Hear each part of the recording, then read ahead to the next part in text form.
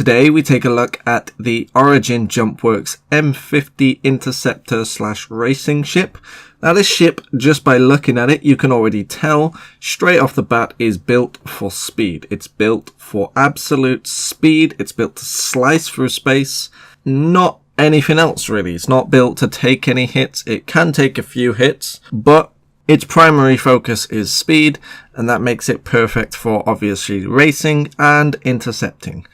Now, if we take a look at the base stats of the Origin M50, we have a length of 11 meters, making it one of the smallest ships in the game, along with its length. Its length isn't necessarily the shortest bit of it, but it's also width, and its height is extremely small profile, making it extremely hard to hit in a head-on engagement, and that is where the interception qualities come in with the M50, because obviously if you're going head-on with someone, or if you're running away from someone, it is going to be extremely hard for them to hit you, especially if they've got a bigger ship with wider weapons. And the weight of the M50 is only 11 kilograms. Now that sounds like a lot, but in ship terms, that is an extremely light ship, coming in as one of the lightest ships in the game, making it extremely agile and extremely fast. Again, that racing characteristics. This ship is the bare bones racing. It wouldn't surprise me if it was made out of carbon fiber, just like an absolute racing car. It is built for speed, it's built for style, it's built for aerodynamics, even though there are no aerodynamics needed, but it is just built to look fast and go fast. So obviously a light ship is going to allow it to turn a lot quicker, it's going to allow it to change direction a lot quicker, and not just for the racing, but that does help the intercepting, because obviously with intercepting you want to be able to react quickly. And it has some qualities in escorting bigger ships, because obviously if you're escorting a bigger ship, you can react a lot quicker. If you get attacked, you can change direction a lot quicker, you can confuse your target, you can pester your target, and that is essentially what the M50 is good at. It is great at pestering targets. It is the beast that is not necessarily strong, and we'll get to the weapons later on in the video, but it doesn't necessarily have powerful weapons, and it doesn't necessarily take a big beating, but because it's so small and it's so fast, it doesn't matter. It just annoys the hell out of people. That you're taking damage, you might be taking a little damage, but if you're taking damage from something that you can't hit or you can't catch up to or keep up with, then eventually it's going to kill you, and there's very little you can do from it. You can't run away from it because it's so fast, and you can't hit it because it's so small.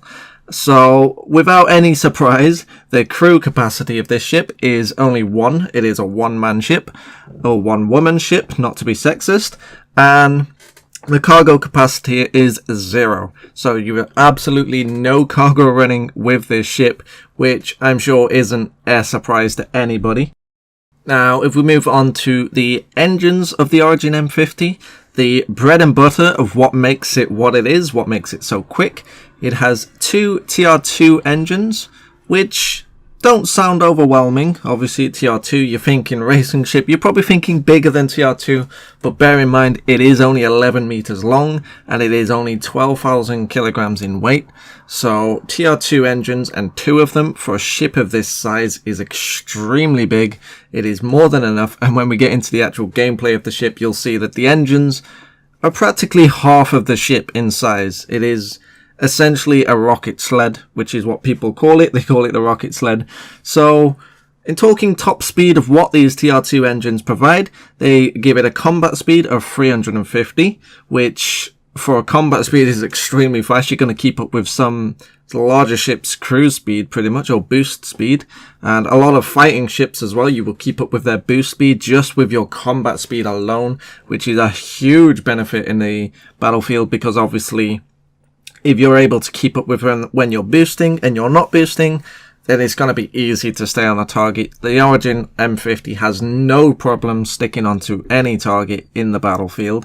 And moving on to its boost speed, if you are to use the boost, you will get a speed of 495 meters per second, which when you look at that, some of the larger ships in the game, their cruise speed only just about gets to that speed.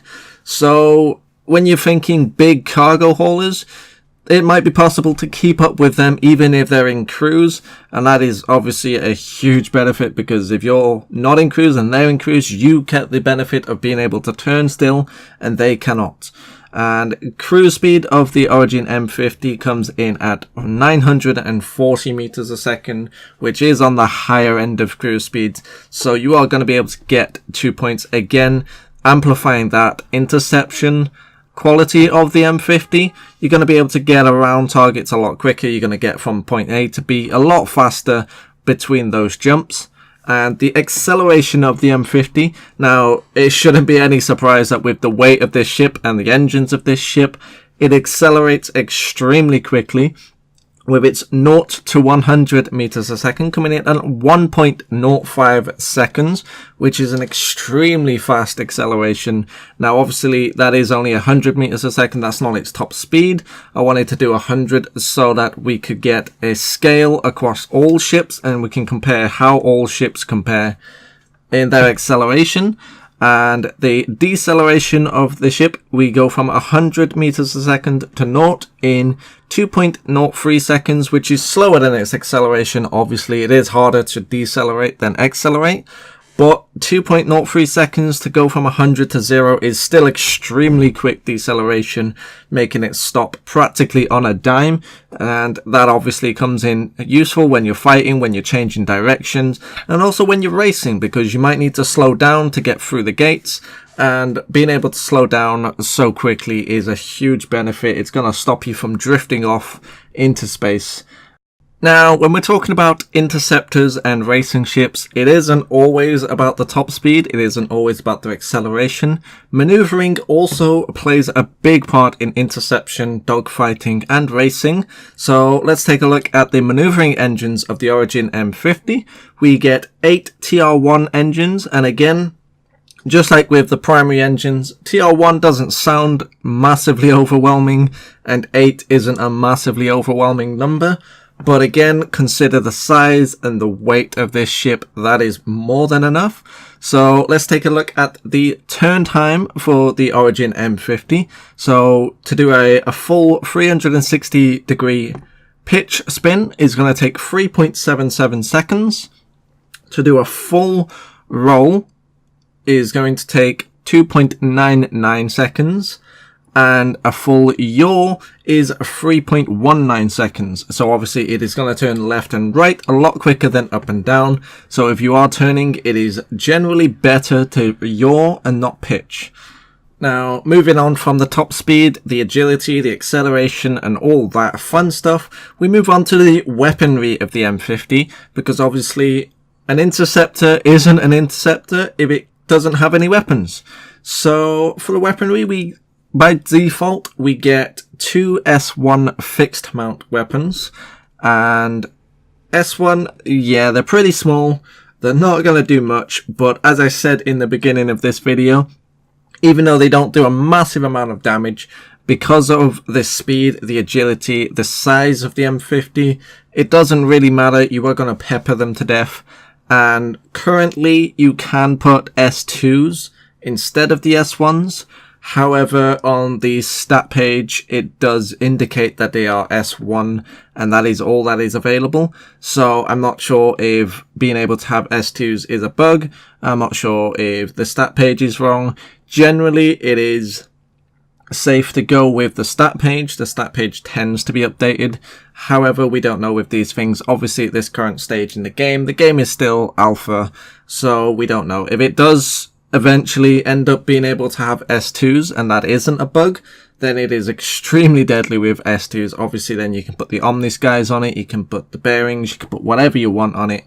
And alongside with the fixed mounts, we do get S1 pylon mounts, which, again, not massive missiles, but missiles are always nice, especially with a ship like this, because it just allows you to have a little bit of extra firepower where you lack with the S1s.